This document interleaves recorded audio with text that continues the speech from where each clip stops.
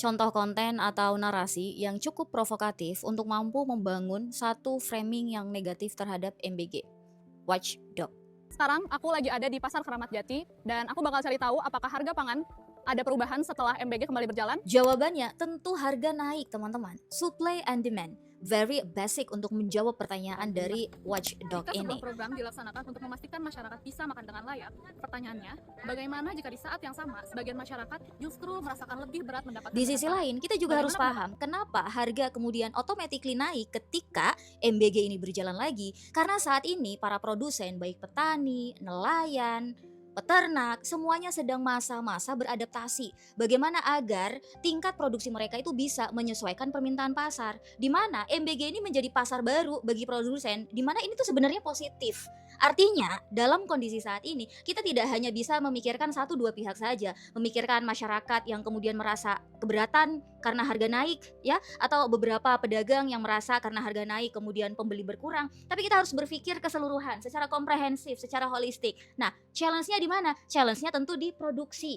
Nah, ini tantangan bagi produsen, khususnya bagi para petani, peternak, nelayan, dan semua pihak. Bagaimana agar tingkat produksinya itu dimasifkan lagi sehingga bisa memenuhi kebutuhan pasar, yang sebenarnya sekali lagi ini tuh kesempatan yang sangat Jadi, positif. Jangan hanya karena ego atau pokoknya MBG harus dihentikan, maka segala cara, segala narasi, logika yang walaupun itu nggak nyambung itu digunakan untuk memprovokasi masyarakat. Ditambah lagi, ketika literasi masyarakat ini awam terhadap hal-hal paling mendasar seperti supply and demand dan bagaimana challenge saat ini agar para produsen ini meningkatkan tingkat produksinya, ya akan mudah terframing bahwa program MBG ini mengakibatkan harga naik, menyulitkan masyarakat, menyulitkan pedagang dan seterusnya. Oleh karena itu, selanjutnya yang terpenting adalah mampu menjawab tantangan tentang supply and demand tadi. Bagaimana para produsen ini bisa memproduksi barang kebutuhan itu tuh sesuai dengan permintaan pasar. Ketika semua itu terjadi, maka kita akan bertemu di titik equilibrium, keseimbangan antara supply and demand. Dan disitulah kesejahteraan seluruh unsur dan pihak itu akan tercapai, teman-teman. Maka